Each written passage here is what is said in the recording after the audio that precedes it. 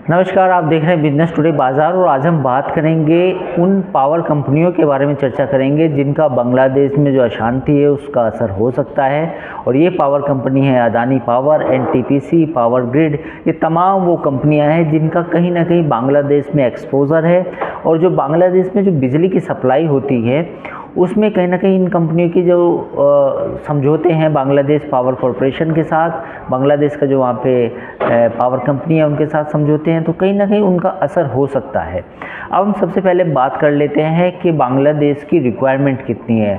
दरअसल बांग्लादेश एक छोटा सा देश है जैसे कि आपको मालूम होगा, लेकिन वो करीब करीब 12% बिजली भारत से खरीदता है और भारतीय जो कंपनियां वो सप्लाई करती हैं। तो भारतीय जो कंपनी है, सबसे पहले अगर हम बात करें एनटीपीसी की, तो एनटीपीसी, पीटीसी इंडिया, सेबकॉर्प एनर्जी और अदानी पावर, ये तमाम वो कंपनियां हैं जो बांग्लादेश में बिजली सप्लाई करती है। साथ ही अगर हम बात करें कि कितना किसका एक्सपोजर है, कौन कंपनी कितनी वहाँ बिजली सप्लाई करती है, तो आप उसके बारे में आपको बता देते हैं। तो सबसे पहले हम बात करते हैं पावर ग्रिड की। पावर ग्रिड का जो सालाना कारोबार है वो करीब 100 करोड़ के आसपास है। तो इतना ज़्यादा नहीं है, लेकिन फिर भी 100 करोड़ का सालाना जो कारोबार है वो एक अच्छी खासी रकम है। एक कंपनी है पीटीसी इंडिया, उसका भी एक्सपोजर है बांग्लादेश के साथ। एक कंपनी है सेबकॉर्प एनर्जी इंडिया, उसका भी एक्सपोजर है। अदानी पावर का एक्सपोजर है, आरईसी का एक्सपोजर है। तो वो तमाम ऐसी कंपनियां हैं जिनका एक्सपोजर बांग्लादेश में है। अब सबसे हम पहले बात कर लेते हैं ब्रोकरेज हाउस का क्या कहना है।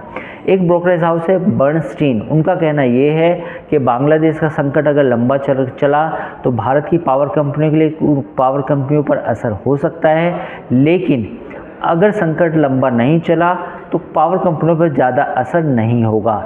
जैसा कि आपको मालूम होगा कि बांग्लादेश पावर डेवलपमेंट बोर्ड है, उसका भारत के साथ एक समझौता है जिसमें भारतीय कंपनियां जून 2023 के बाद बिजली सप्लाई करती हैं बांग्लादेश को।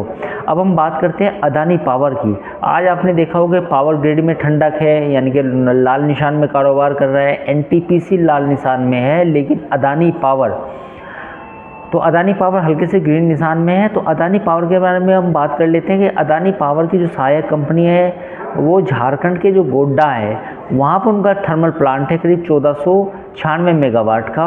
और इस थर्मल प्लांट से ही बांग्लादेश को बिजली सप्लाई होती है। जैसा कि आपको मालूम होगा कि पिछले दिनों एक खबर भी आई थी कि गौतम अदानी, जो अदानी एंटरप्राइजेस के चेयरमैन हैं, उन्होंने मुलाकात की थी जो बांग्लादेश की जो मौजूदा जिन्होंने इस्तीफ़ा दिया है प्रधानमंत्री खालिदा जिया से, लेकिन अब खालिदा जिया प्रधानमंत्री नहीं है। तो अब सवाल ये भी उठ रहा था कि क्या बांग्लादेश में अडानी पावर का जितना भी कारोबार है क्या उस पर संकट के बादल हैं। तो फिलहाल ऐसे बादल इतने नहीं है, लेकिन चिंता ज़रूर है। यही वजह है कि जितनी भी पावर कंपनियां हैं जिनका बांग्लादेश में एक्सपोजर है, शॉर्ट टर्म में उन पर असर हो सकता है, लेकिन लॉन्ग टर्म में या कहीं यूँ कहें कि अगर स्थिति बेहतर होती है तो ज़्यादा असर होने की कोई संभावना नहीं है।